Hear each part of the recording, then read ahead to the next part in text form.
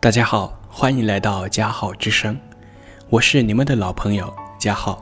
今天我向大家来分享一个特别有意思的文章，名字叫做《人生越来越好，从整理自己开始》。สวัสดีทุกคนนี่เป็นเสียงเสน่ห์เบาเทพเนาะเป็นรายการหนึ่งสำหรับการฟังของศูนย์การศึกษาลันซังบทความที่มานำเสนอในมื้อนี้มีความหมายว่าชีวิตของคนเฮานับมื้อนับดีขึ้นแม้นเริ่มต้นจากการจัดระเบียบของตนเองเฮามาฟังนำกันว่ามันเป็นแนวใด第一，整理房间。网上有人提问，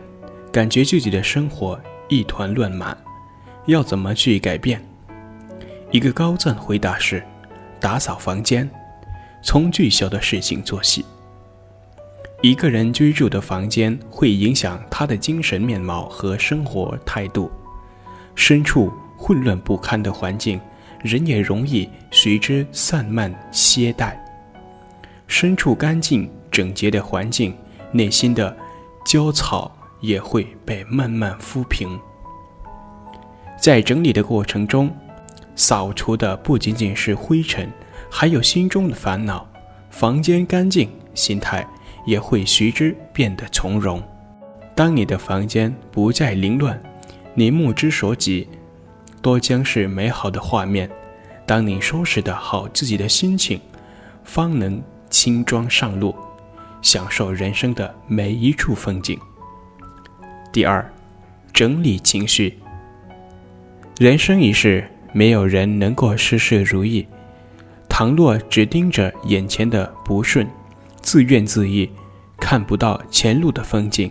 结果往往会把生活越过越糟。真正厉害的人懂得整理自己的情绪，心平气和地解决问题，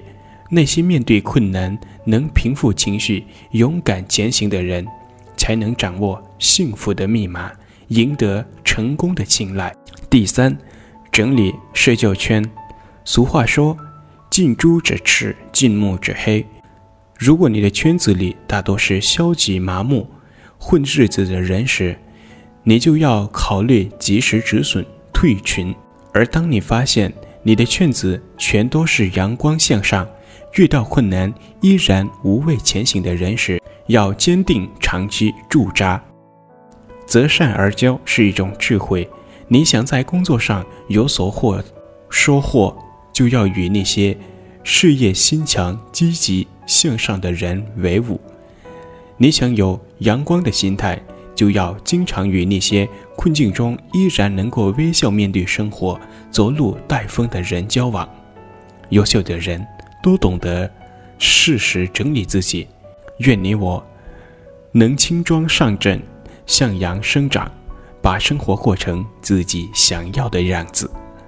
และนี่ก็เป็นบทเรียนง่ายๆหรือว่าบทความที่น่าสนใจมาฝากมาลดให้กับทุกคนถ้าว่ามักวิดีโอแบบนี้อย่าลืมกดไลค์กดแชร์และกดติดตามศูนย์การศึกษาลานซางเพื่อได้เรียนบทเรียนดีๆและข้อมูลข่าวสารที่น่าสนใจกับศูนย์การศึกษาลานซางของพวกเขาไปพร้อมๆกัน